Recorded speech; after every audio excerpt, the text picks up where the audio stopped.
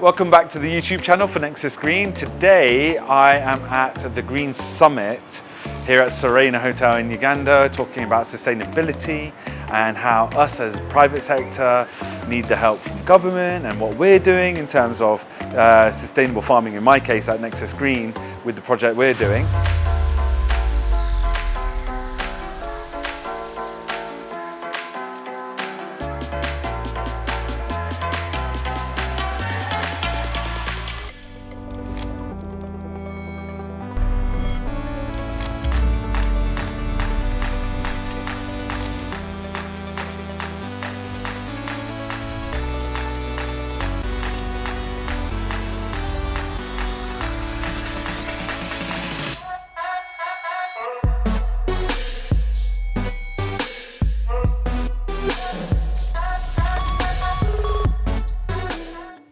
Welcome to the Green Economy Summit Conversation 2023. Africa, we still have an opportunity to lead the way globally. And when I say Africa, the starting point of Africa, our dream at GE is to see Uganda being the pace setter, trendsetter, and pioneer of the conversation around sustainability and the green economy. Not only do we look at Africa as a future of carbon markets and sustainable economies, we also look at it as the future of the earth. We have three principles of circular economy. One of them is eliminating waste and pollution. This can be achieved through products being designed to last. Then the other way is regenerating nature. Here we are aiming at a future where people and nature live together in harmony. Imagine if we no longer have the older fashioned matatu, but instead we have e-buses. Imagine how much the air pollution will go down for cities like Kampala. We are blanketing the country with up to 687 solar irrigation sites where we're taking the dirty diesel away and replacing it with solar, which is a lot more sustainable, green, and actually a lot more profitable for the end user, being the farmer. When companies begin to realize that the agenda for building a sustainability-based economy starts with conversations like this, and I guarantee you that in rolling our next 5-year plan as green economy, we are looking on how we can build more STEM programs and awareness to ensure that more of our people in Uganda and in the region understand what sustainability is about and what a green economy is. If Dubai can have trees, flowers, flourishing, why wouldn't Kampala have trees enough? We have encouraged other cities to do the same, to green their streets, their spaces. Jinja is doing the same. Gulu and Soroti are trying to do the same.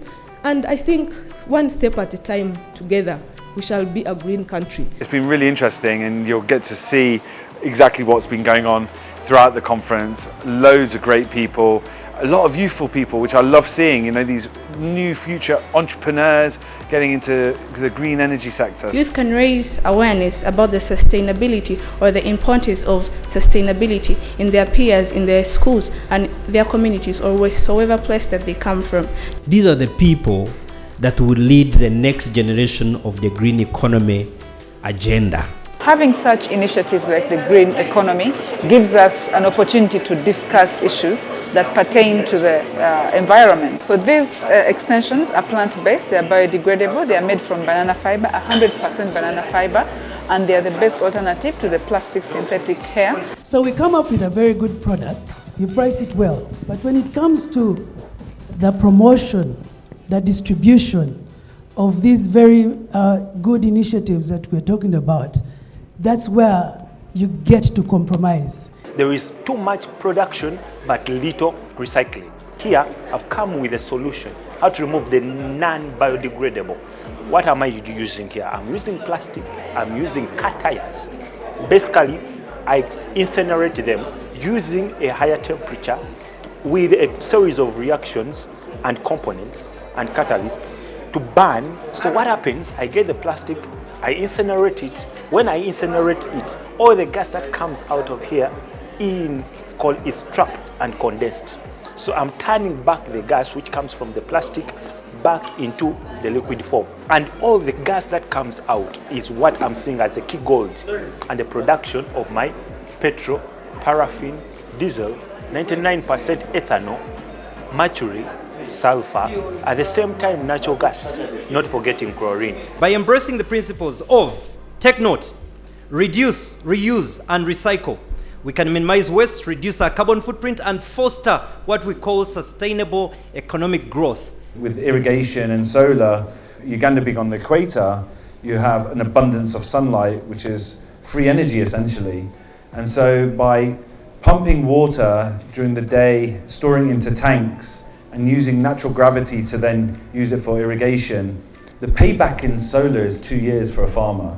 After that, it's free energy. Uganda, for me, especially for the youth, get into farming. It's a huge market. One thing we need to work on here is standards, and then you'll be able to export it.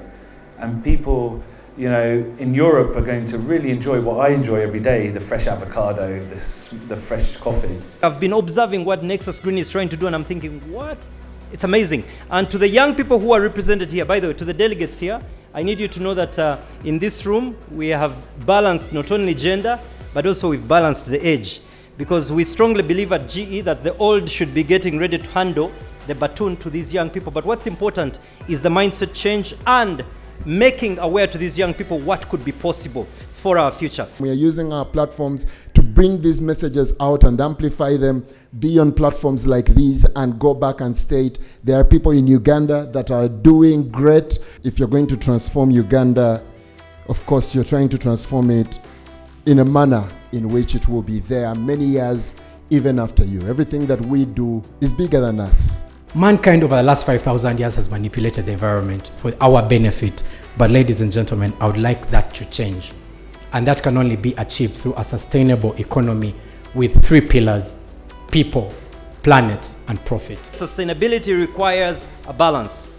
If ECOP is here and we need to get our oil, ladies and gentlemen, the developed world has amassed a lot of wealth with oil. So if we have oil here, we're not necessarily saying no to oil, but let this oil be excavated or transported with sustainability principles in place. That's what we call sustainability and balanced economic growth. One controlling factor that can regulate land usage, that can manage human activity, is housing. You pick minerals, you create bricks, you create cement, you create. Even aluminium is from the underground. Ultimately, we transition this through industry activity to get the buildings that we put up. So even then, the industry activity must be managed. You arrive London, you arrive New York, before you see the people in there, you'll see buildings. Where do these buildings come from? From the environment underground. There's nothing new. I hope you enjoyed that video. You saw a lot of interesting discussions about sustainability and green growth. Really interesting to actually have a sit down with the housing, affordable housing department here, so we can discuss how we can integrate having a mandatory of green energy, having solar on the roofs for all these new houses that they're going to develop here in Uganda. I mean, that would be a game changer. Consistent energy, not relying on a generator, affordable. So, I mean, isn't that the key? Green, affordable energy. So anyway, I hope you enjoyed this video. Share, like, and subscribe, and I'll catch you later. Take care.